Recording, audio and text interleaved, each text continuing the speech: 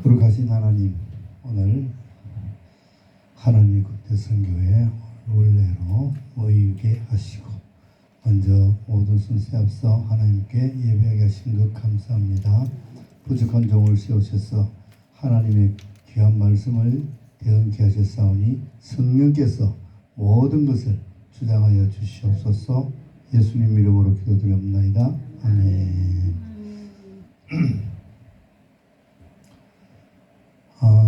로마의 어느 새벽, 아직 어둠이 채 가시지 않은 때에 한 사람이 로마를 황급히 떠나가고 있었습니다.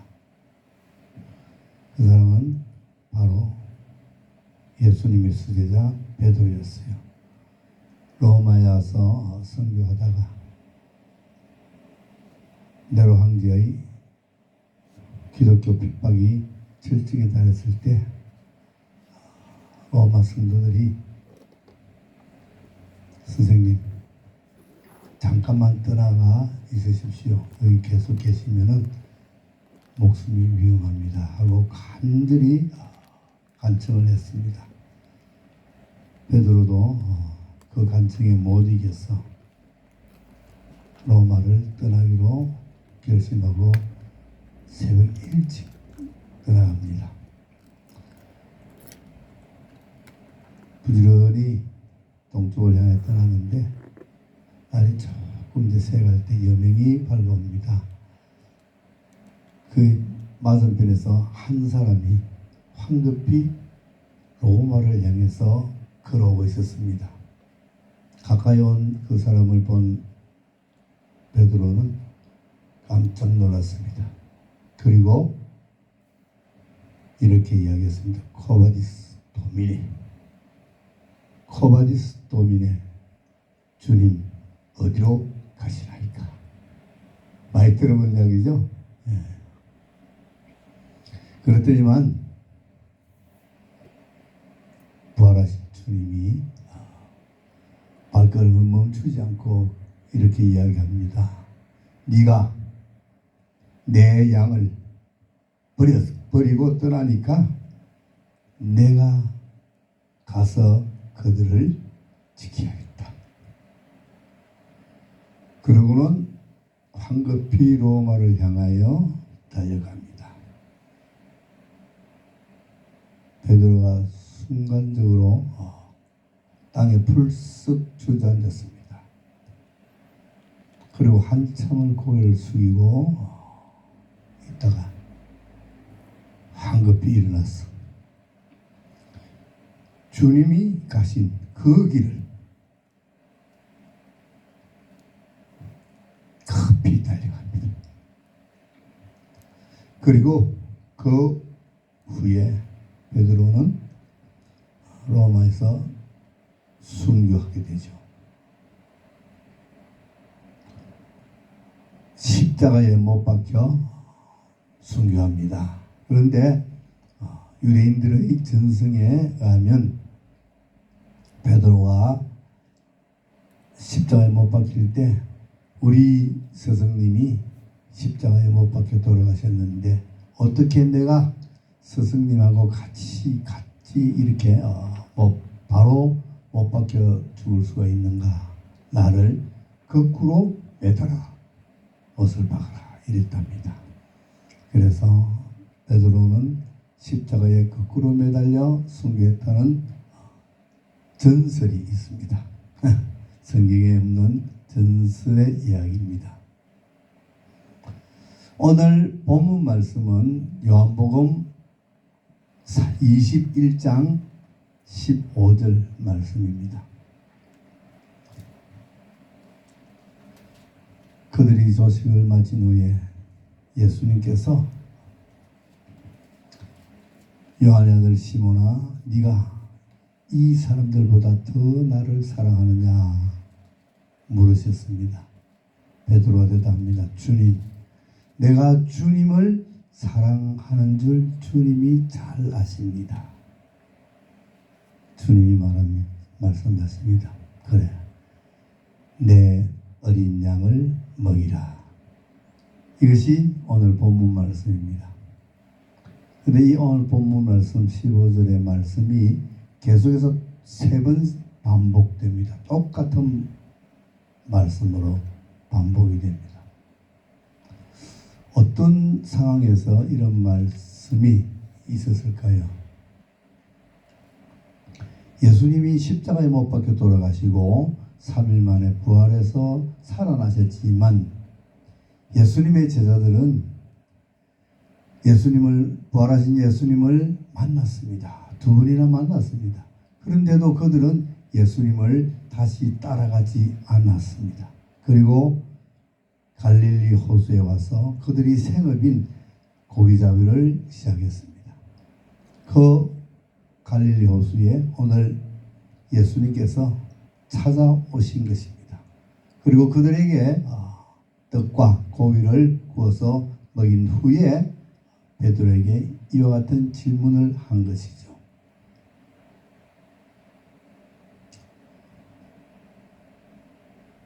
오늘 말씀을 보면은 네가 나를 사랑하느냐?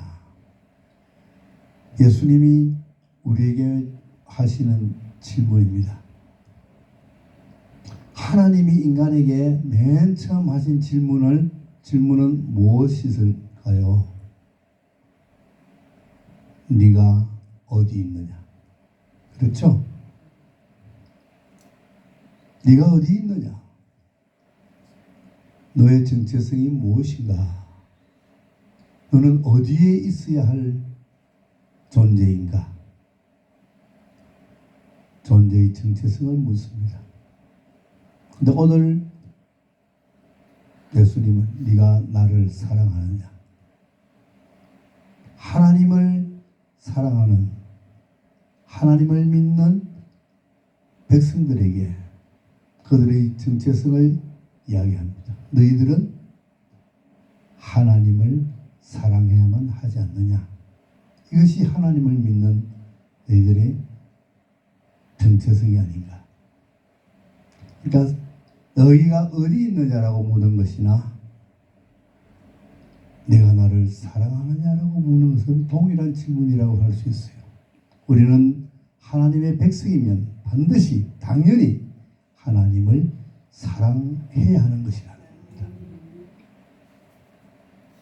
그런데 예수님은 왜 뜬금없이 이날 새벽에 갈릴리에 와서 제자들에게 이런 질문을 했을까요?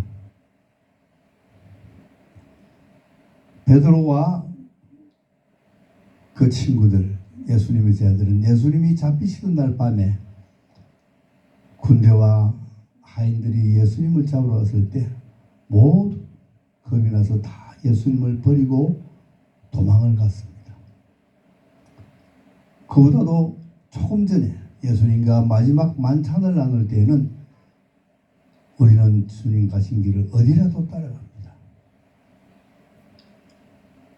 어디라도 어떤 위험이 올지라도 우리는 주님을 버리지 않겠습니다 하고 굳은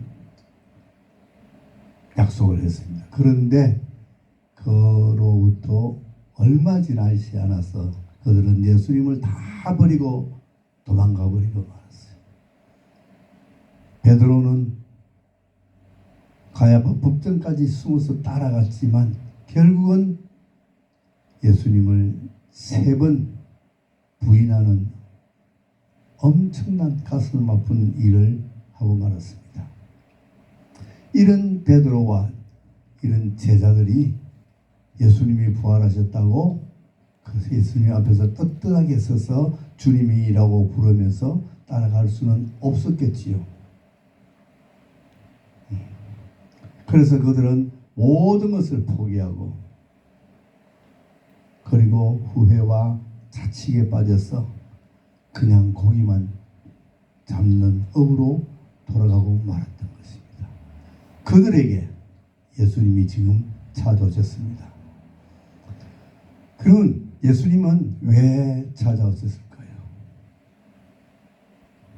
오늘 본문 말씀을 우리가 해석을 해보면 예수님이 그러죠. 너는 네가 나를 사랑하느냐? 많은 성경학자들과 설교자들은 이 사랑이라는 단어에 굉장히 민감합니다. 이 요한복음은 헬라어로 써져 있는데 헬라어에는 단어가 사랑이라는 단어가 몇 가지 있습니다. 아가페 사랑, 하나님이 우리를 조건 없이 하시는 사랑이 아가페, 남녀간의 애정, 그것을 에로스 사랑, 친구 간의 사랑을 필레오 사랑, 뭐 이렇게 몇 가지가 있습니다. 근데 예수님께서 아가페 하느냐 하고 물으니까 베드로는 필레오입니다 하고 대답했다는 거예요. 그래서 여기서 두 번 또 물어보니까 또 똑같은 대답을 해요. 그래서 할 수 없이 예수님이 베드로와 같은 필레오로 물어줬다는 겁니다. 과연 그것이 진실일까? 그것은 답은 없습니다. 그러나 우리는 성경을 해석할 때에 그 상황을 잘 아셔야 합니다. 예수님이 지금 베드로에게 질문할 때 네가 나를 아가페 사랑하나 필레오 사랑하냐 이걸 따지러 왔을까요? 그걸 따지기 위해서 이 멀리 갈릴리 바다 이 새벽 일찍 찾아왔을까요? 내가 생각할 때는 그것은 아닙니다. 아가페든 필레오든 사랑하느냐 그것이 문제죠. 그러니까 베드로가 주님이 아십니다. 베드로도 예 사랑합니다 그러면 될 텐데 주님이 아십니다. 주님 제가 주님 사랑하는 줄 주님이 잘 아시지 않습니까? 꼭 그걸 그렇게 물어보십니까? 제가 마음이 얼마나 아픈데요. 그런 심정이겠죠. 그러니까 그 심정을 안 예수님께서 그래 내 어린 양을 먹이라. 또 다음에는 어린 양이 아니고 양이라고 나옵니다. 그래서 어린 양은 무엇이고 양은 무엇이고 또 따지기 시작합니다. 우리는 성경을 해석할 때 너무 따져요. 양이나 어린 양이나 그 양이 그 양입니다.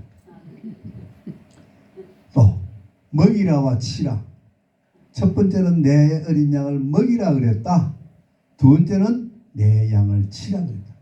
양을 치는 거나 양을 먹이는 거나 똑같은 겁니다. 그런데 글자 한자 한자에 구구연연할 것이 아니라 예수님이 지금 왜 여기 왔는가? 여기 와서 왜 베드로에게 이런 질문을 하느냐가 중요하다고 저는 생각합니다.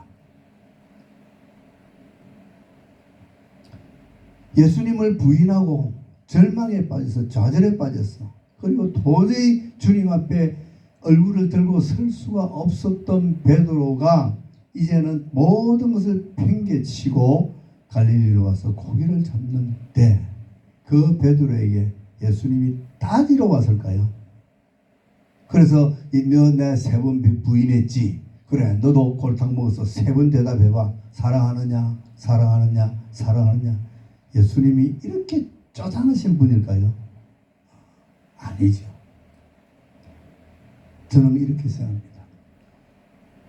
베드로와 그 친구들 예수님의 제자들이 예수님 앞에 도저히 다가설 수 없는 큰 잘못을 저질렀기 때문에 그들이 좌절과 절망 속에 있을 때 예수님이 그들을 일으켜 세워주셔서 그들로 하여금 예수님의 증인된 삶을 살아갈 수 있도록 하시기 위해서 이 갈릴리로 오셨다고 저는 생각합니다. 주님 나를 이렇게 세우소서. 그런 찬양했죠. You raise me up. 주님은 우리의 주님은 이렇게 세우시는 분입니다. 절망과 좌절 속에 빠져 있는 그리고 아무런 희망도 이제 없이 살아가는 그 제자들을 예수님은 정말 불쌍히 여기시고 그들을 사랑하셔서 그들을 찾으러 오신 겁니다. 찾으러 왔습니다. 그들에게 용기를 주려고 희망을 주려고 예수님이 증인된 삶을 살아가게 하기 위해서 오늘 여기 찾아온 예수님이 베드로를 이렇게 세우셨을 때 베드로는 로마에서 십자가 순교를 할 수 있었던 것입니다. 저는 이렇게 생각합니다. 예수님이 베드로가 예수님을 사랑하는 것이 궁금해서 3번씩이나 물었을까요? 너 나 사랑하냐? 진짜 너 사랑하냐? 정말 사랑하냐? 이렇게 못 믿어서 베드로가 예수님을 사랑하는가 안 하는가 확인하려고 예수님이 그렇게 3번씩이나 물었을까요? 아니죠. 저는 그렇게 생각하지 않습니다. 베드로가 예수님을 부정하고 부인하고 떠나갔을 때 얼마나 그 마음이 찢어지고 아팠을까요? 그 아픈 마음, 그 베드로의 심령을 아시는 예수님이 그래, 너 억지로라도 나를 사랑한다고 이야기해봐. 너 정신으로는 나를 사랑한다고 이야기할 수 없겠지. 그렇죠? 3번씩이나 부인한 베드로가 예수님 보고 그래, 주님 사랑합니다. 이렇게는 할 수 없는 거예요. 그래서 주님이 아시지 않습니까? 라고 이야기할 때 그래, 네가 억지로라도 나를 사랑한다고 이야기해봐. 그러면은 내 그 마음의 상처가 조금이라도 치유될 거야. 예수님은 그 상처를 치유해 주시기 위해서 오셨던 겁니다. 아니, 더 역설적으로 이야기한다면 네가 나를 사랑하느냐? 이것은 예수님이 베드로에게 질문하는 것이 아니라 예수님이 베드로에게 고백하는 내용이라고 생각합니다. 베드로야, 너 나를 버리고 부인하고 떠나갔지. 그렇지만 나는 여전히 너를 사랑한단다. 이 말을 하고 싶은 거예요. 사랑하느냐라고 물었지만 그것이 사랑하느냐고 하는 질문이 아니라 예수님이 베드로에게 나는 변함없이 너를 사랑한단다. 그러니 이 자리에서 일어나라. 그리고 나의 증인이 되라. 여러분, 그럴듯합니까? 네. 우리는 성경을 읽고 성경 말씀을 해석할 때에 그때의 상황과 하나님의 마음, 예수님의 마음을 먼저 알아야 됩니다. 지금 이 자리에까지 온 예수님의 마음이 어떤 마음을 가지고 왔습니까? 그것이 중요하지요. 꾸지람하러 왔을까요? 핀잔주러 왔을까요? 아닙니다. 용기를 주고 위로하고 회복시켜 주시기 위해서 예수님이 오신 것입니다. 우리는 성경을 읽으면서 항상 무슨 하나님의 마음, 예수님의 마음, 그 뜻을 알아요.